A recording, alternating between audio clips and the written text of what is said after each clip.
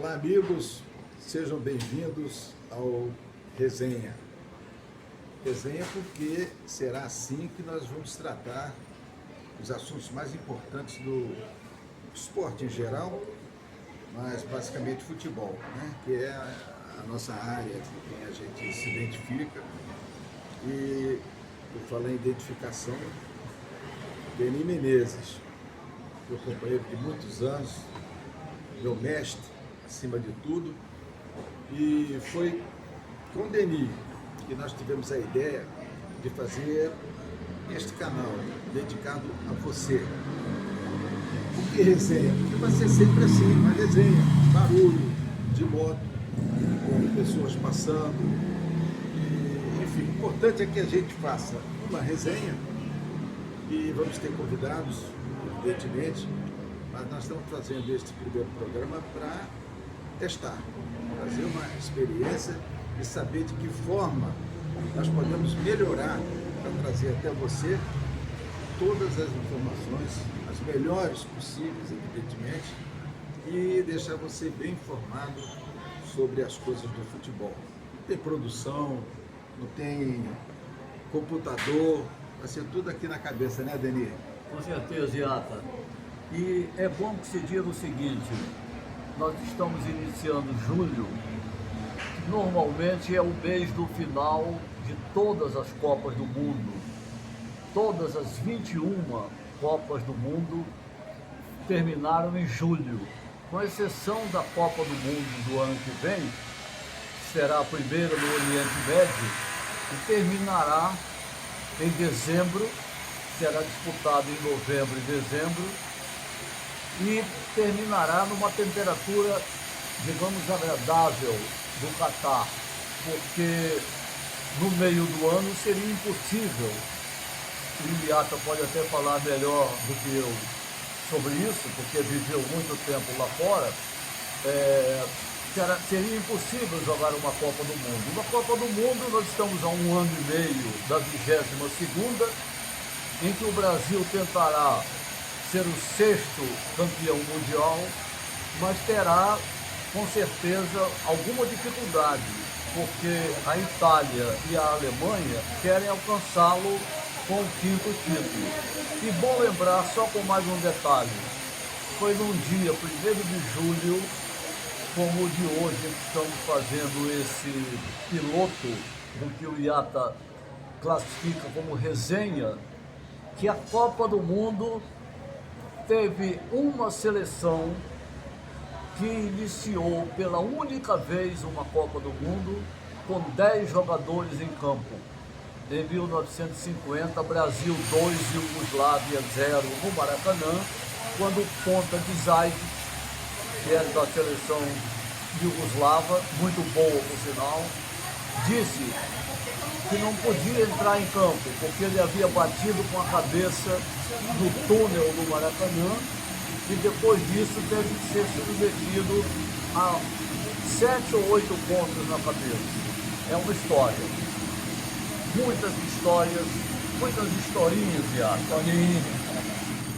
É verdade, e o Denis, eu vou perguntar, mas antes eu queria fazer um registro também. Nós estamos da Pizzaria Guanabara, do Leblon, que nos acolheu há muitos anos atrás, na década de 70, nós moramos aqui, eu e Denis. E aqui era o nosso ponto base, né?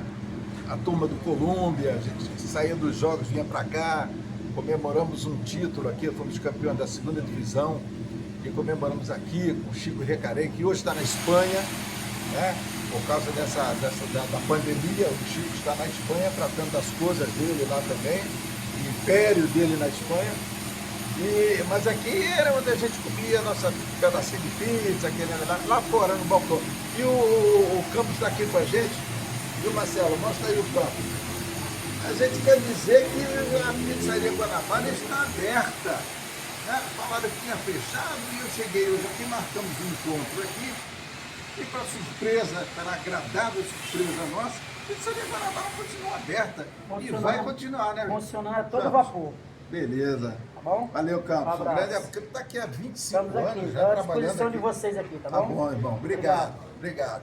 Por isso que é resenha. Resenha é o quê? Resenha é você juntar um amigo, 2, 3, e no próximo evento nós estaremos com um convidado nosso. Eu já disse aqui ó, não tem computador, não tem produção, não tem politicamente correto. Se o Paulo tiver que cantar, vai cantar, porque a nossa carreira toda, a minha principalmente, baseada nesse cidadão que está aqui, que foi meu mestre, que me ensinou muito, me deu muita bronca, porque naquela época, independente da gente ter talento ou não, nós tínhamos orientadores, esse aqui me chamava no intervalo de jogo, a gente levava sempre uma coisinha para comer, um sanduíche, um negócio, e ali no intervalo, entre um vestiário e o outro, a gente fazia o lanche e, ó, foram comia. Levei muita bronca desse moço aqui, e hoje posso agradecer, graças ao bom Deus, agradecer por estarmos aqui, por ter feito uma carreira, acima de tudo, independente, e com muita luta, muita batalha, muito estudo, muito trabalho.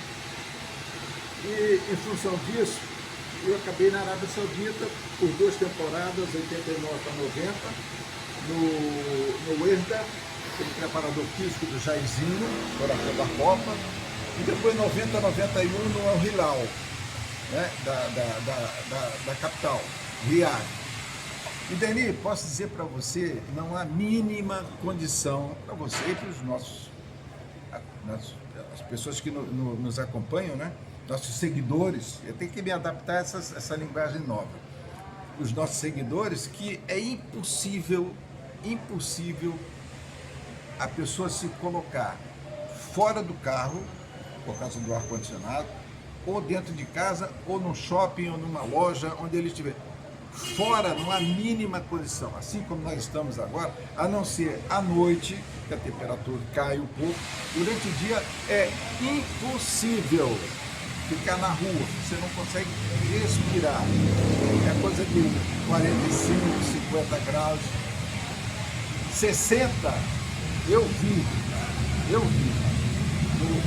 carro, no termômetro do carro, fora do carro, paramos no deserto para um amigo do clube me mostrar o calor que fazia lá fora. Bate quase 60 graus. Isso evidentemente que fora de casa, fora do ar-condicionado, no deserto, né? No deserto de Rub al-Khali, que é, segundo me disseram, o segundo maior do mundo, né? E só perde para o Saara. Mas é assim, não há mínima condição. Então, achei até que, estranhei até que fosse realizar essa Copa do Mundo no Catar, mas as condições serão, segundo eu li também, serão excepcionais e darão a quem for torcedor, que for acompanhar a sua seleção ou não, apenas para se divertir, ele terá todas as condições de ficar num estádio com ar-condicionado, senão não há mínima chance.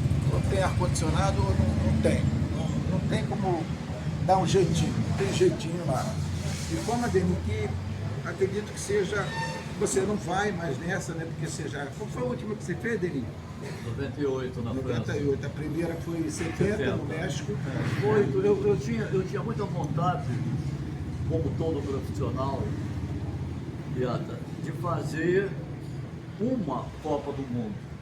Ouvindo no rádio em Manaus, onde eu nasci, fui criado e de onde eu vim para o Rio aos 18 anos, eu disse para mim mesmo, ouvindo a Copa de 54 na Suíça, um dia, se Deus quiser, eu vou fazer uma Copa do Mundo.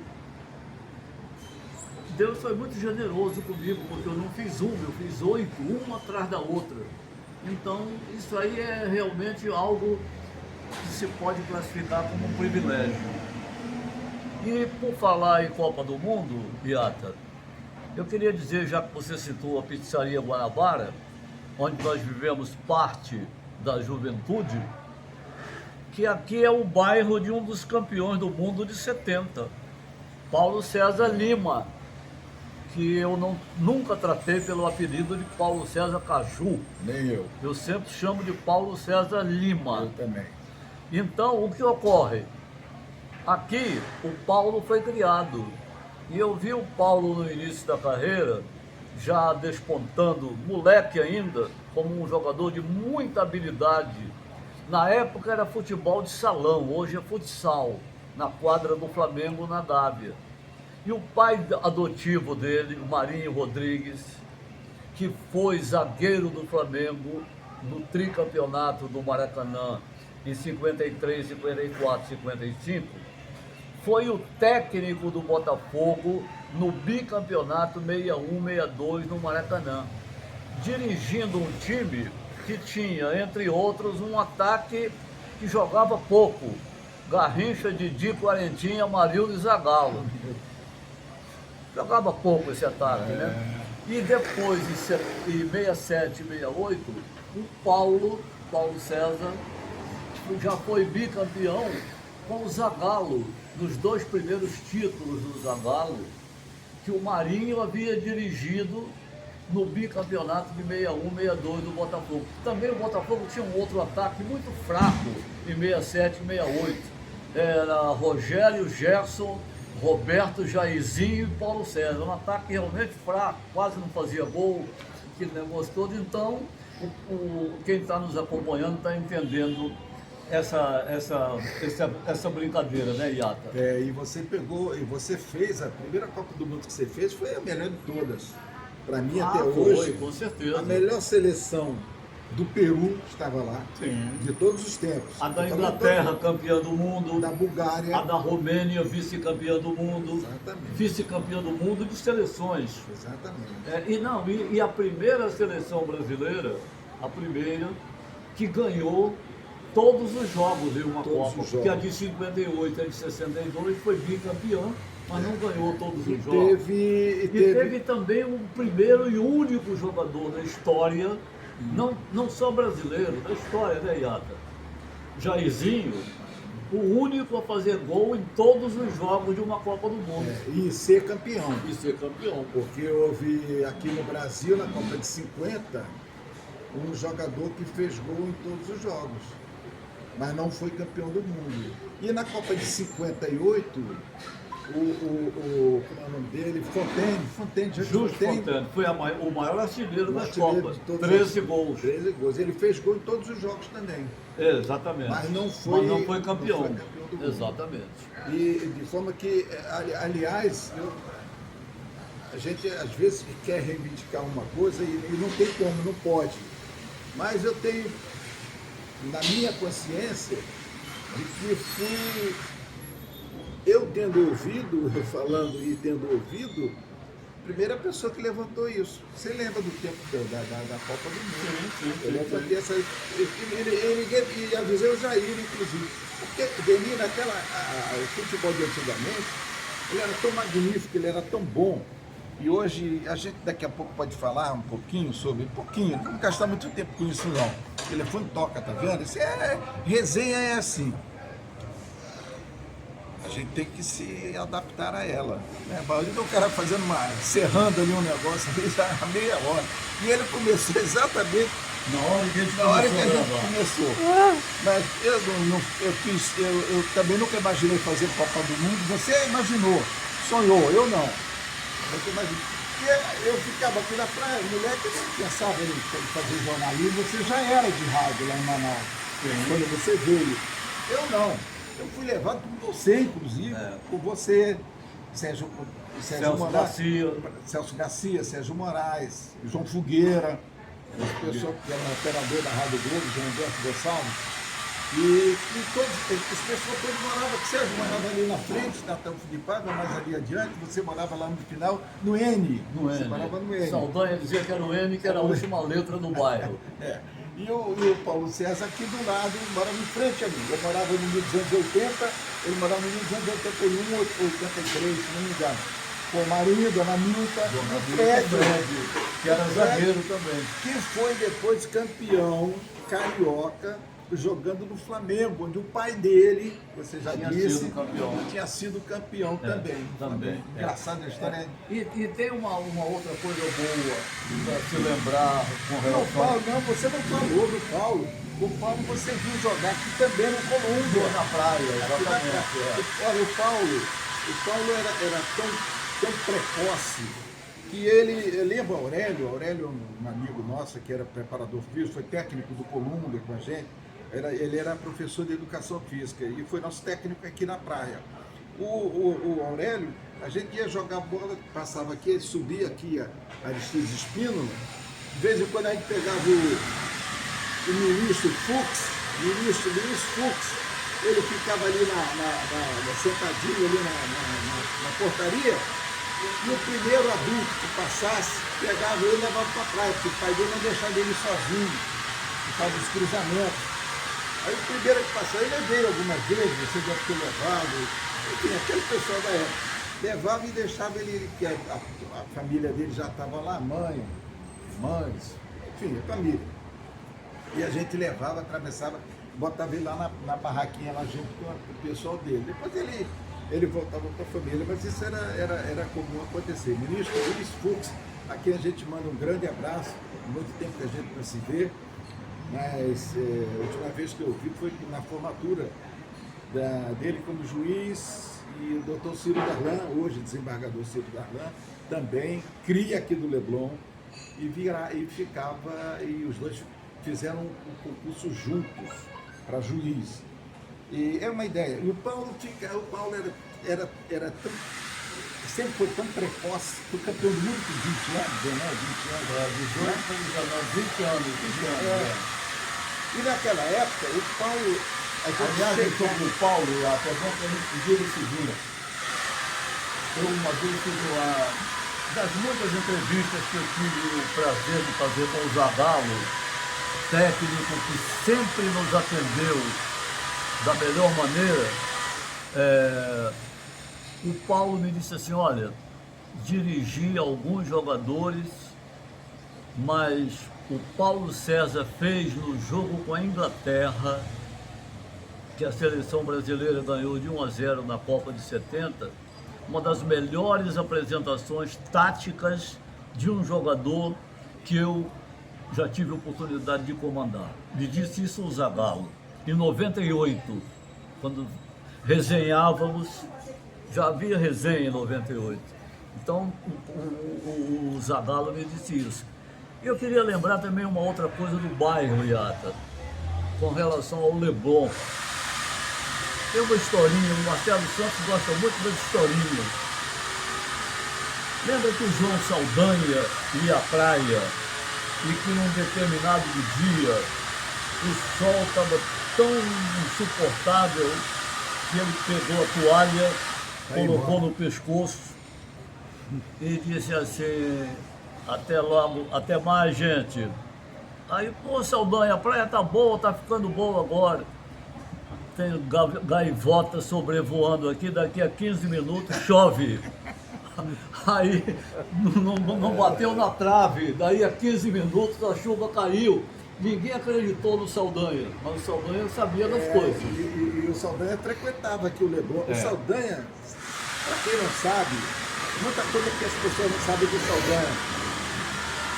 Eu tive o privilégio, mais que o Denis, porque o Denis não trabalhou em televisão, né, Denis? Não, eu tive a felicidade de trabalhar na TV Manchete com o João. Trabalhei na Tupi, com ele, primeiro na Rádio Globo, depois na Rádio Tupi e depois na TV Manchete. Inclusive na Copa de 86, nós estávamos juntos no mesmo quarto. O Saldanha, eu e o Carlos 30.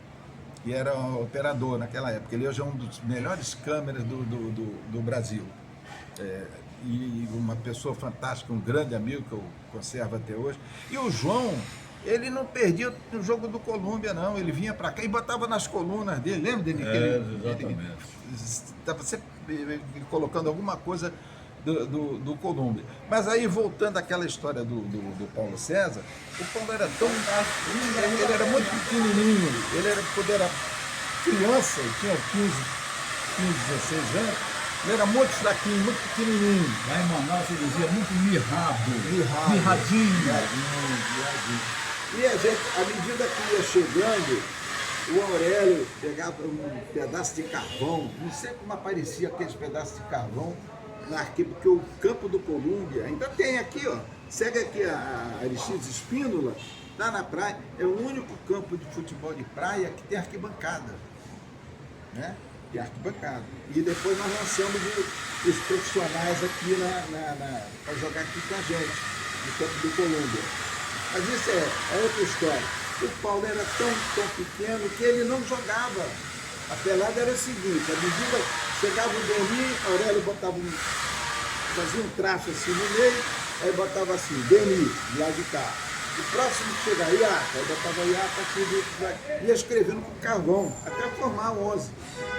Era assim a pelada por volta de 3h30, 4 horas, começava 4 horas, só terminava quando escurecia. Às vezes nem terminava, porque lua cheia a gente jogava, continuava jogando.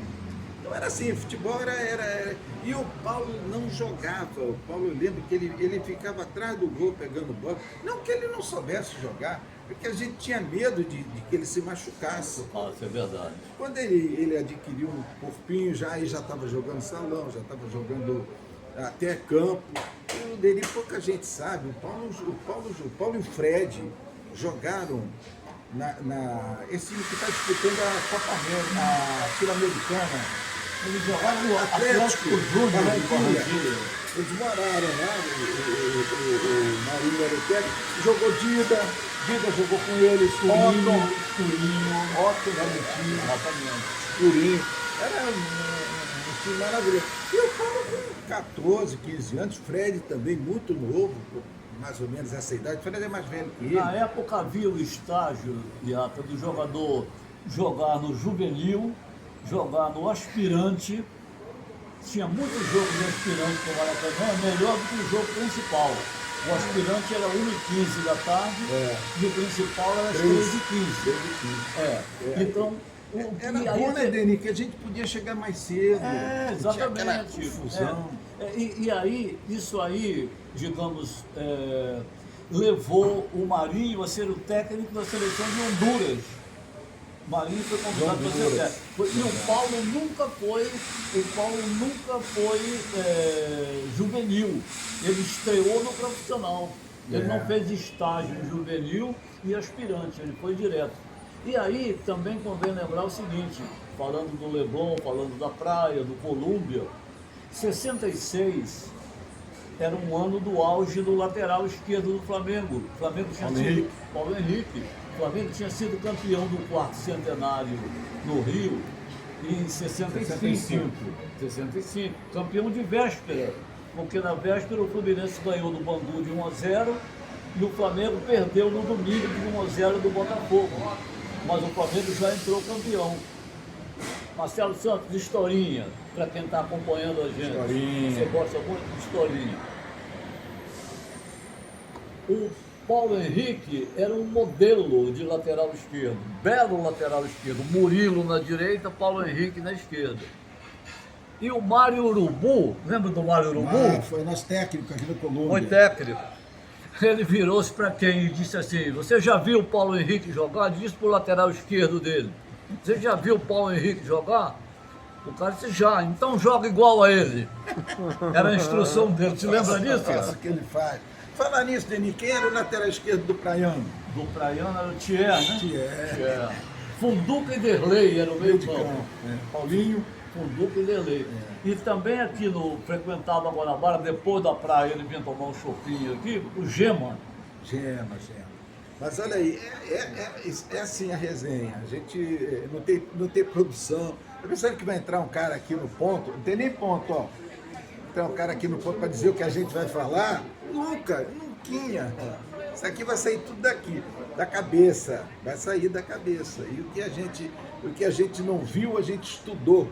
Eu, por exemplo, a Copa 70 não fiz a Copa. Aliás, algumas pessoas do tempo atual costumam dizer, quando você se refere a um certo jogador do passado, não foi do meu tempo. Eu não vi. Tá, eu não vi, não foi do meu tempo, tudo bem. Você estava do lado do Pedro Álvares Cabral? Não, né? Mas sabe que ele descobriu o Brasil, né? Sabe? Por quê? Porque você leu, você acompanha a história.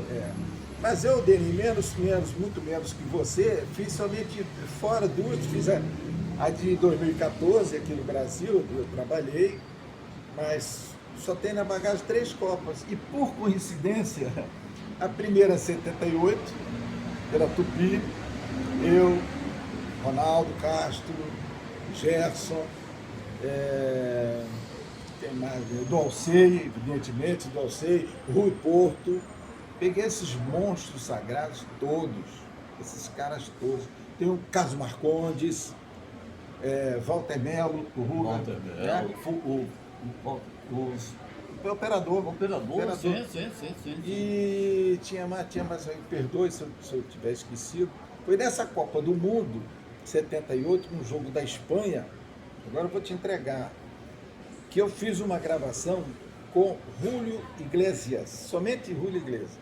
Nós chegamos no estádio Mar del Plata e a seleção espanha joga, acho que foi Espanha e França, se não me engano. Eu não fiz esse jogo. Foi o primeiro jogo do grupo do Brasil, era Mar del Plata.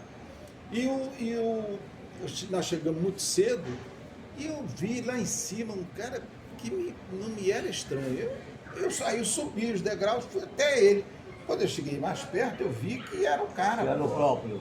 Aí eu cheguei nele, falei, vem cá, você não é o Julio Iglesias? Tá? Eu sou. Que ele gostava muito de futebol, gosta muito de futebol, né? Dizem até que ele andou jogando lá pelo juvenil do Atlético de Madrid. Do Real Madrid até falava. Do Atlético. É historinha. Mas enfim, eu fui, ele estava com gravador, o repórter naquela época andava com gravador.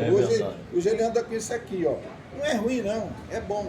Até facilita, porque ele fotografa, ele grava, ele faz tudo, faz vídeo. Eu com vídeo naquela época, meu Deus do céu. Eu e o Julio Iglesias, sozinhos os dois. Tinha ninguém no estádio. Mas deixa eu só concluir, Denis. Aí, o que aconteceu? Eu fiz a entrevista com ele e levei para o hotel. E entreguei para o Walter Melo, o nosso operador. Tem uma entrevista aqui com o Julio Iglesias. Ver que horas eles vão poder botar no ar, editar, se precisar editar. Naquela época nem se editava muito, né, Denis? A gente já fazia curtinho, o cara botava no ar e pronto. Aí no dia seguinte eu procurei o Walter, falei, Curruga, o apelido dele era Curruga. Curruga, tem a fita aqui, a fita do Julio Iglesias. O Ronaldo apagou, o Ronaldo Castro, seu pilantra, você apagou a minha matéria, tá lembrado disso? Você vai dizer que não quer mentira, que você não lembra, mas apagou, fez outra gravação por cima. Apagou a matéria. Apagou a fita do Julio Iglesias, eu podia ter até hoje, né? Era uma baita de uma recordação. Mas enfim, ele fiz essa, 78, e por coincidência, voltei a fazer outra em 86. As duas, a Argentina campeã. Exatamente. E a única vez, eu me lembro disso, no jogo de 100 anos da Associação de Futebol da Argentina, eu fui ao estádio do River fazer um Argentina e Brasil e olhei, estava sentado um pouco abaixo da nossa posição, um mulato que não me era estranho, eu só não vi jogar, mas conhecia de fotografia.